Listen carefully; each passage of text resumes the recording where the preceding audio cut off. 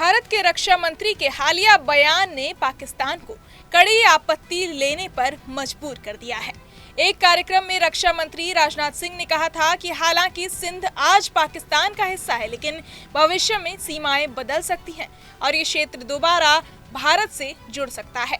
उनके इस बयान पर पाकिस्तान के विदेश मंत्रालय ने कड़ी प्रतिक्रिया दी और एक आधिकारिक बयान जारी कर कहा कि भारतीय रक्षा मंत्री की ये टिप्पणी न सिर्फ गलत है बल्कि खतरनाक भी है।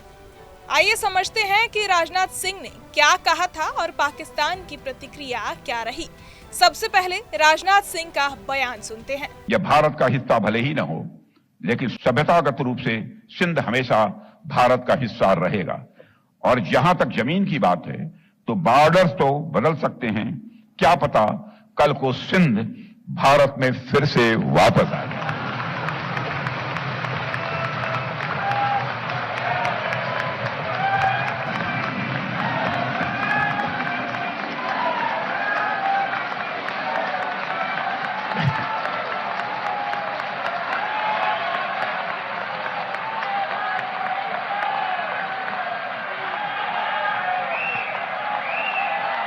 लेकिन सिंध के हमारे लोग लेकिन सिंध के हमारे लोग जिन्होंने सिंधु नदी को पवित्र माना है, हमेशा हमारे वो अपने रहेंगे, वो चाहे कहीं भी हों, हमेशा अपने रहेंगे।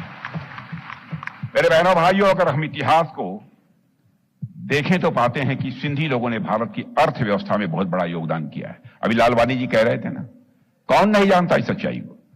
सिंधी भारत की ओरिजिनल ट्रांसनेशनल बिजनेस कम्युनिटी है, ओरिजिनल ट्रांसनेशनल बिजनेस कम्युनिटी है, जिन्होंने अपने स्किल से कॉलोनियल रूल के बावजूद बिजनेसेस को, अपने व्यापार को सफलतापूर्वक संचालित किया है।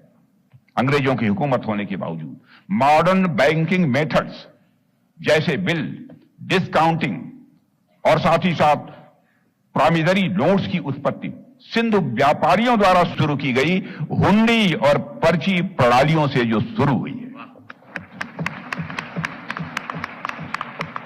पार्टीशन के बाद सिंधी समाज ने भारत में जीरो से शुरुआत की है। मेरे बहन भाइयों, सभी जानते हैं जीरो से आप लोगों ने शुरुआत की है, लेकिन उन्होंने सफलता के नए आयाम गढ़े हैं।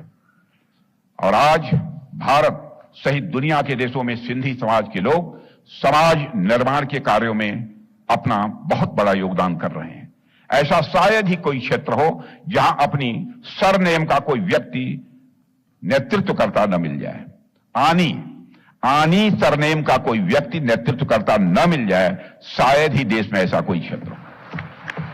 चाहे शिक्षा हो, चाहे वह शिक्षा का क्षेत्र हो या रियल एस्टेट, चाहे कला के क्षेत्र हो या कानून और राजनीतिक जैसे क्षेत्र, चाहे टेक्सटाइल की बात हो या ट्रेड इंडस्ट्री की हो, आज सिंधी समाज के लोगों के योगदान के बिना किसी भी क्षेत्र की कल्पना की ही नहीं जा सकती है।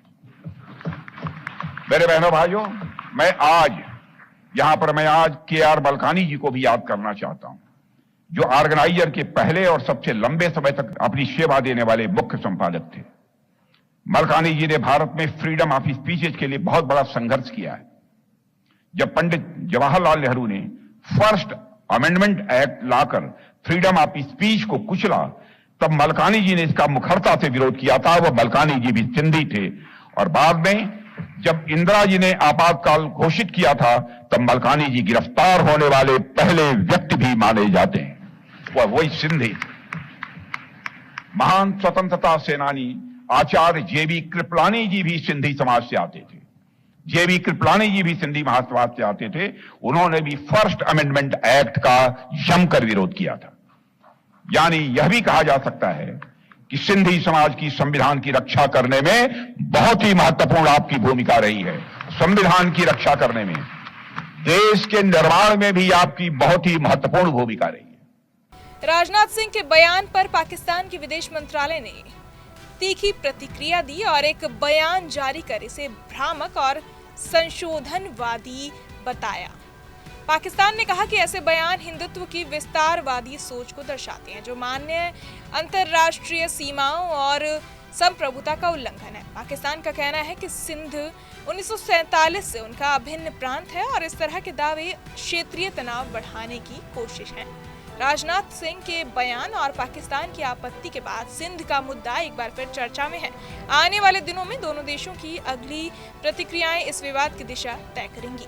बहरहाल इस पूरी खबर को सुनकर आप क्या कुछ सोचते हैं, हमें कमेंट बॉक्स में जरूर बताएं और बाकी तमाम खबरों के लिए सब्सक्राइब करें न्यूज नेशन। जहां भक्ति है हर शब्द में, कथाओं में छुपे हैं दिव्य रहस्य और ज्योतिष देता है जीवन को दिशा। धर्म से जुड़ी हर बातों को जानने के लिए हमारे चैनल स्तुति को सब्सक्राइब करें। चैनल पर जाने के लिए इस लिंक पर क्लिक करें।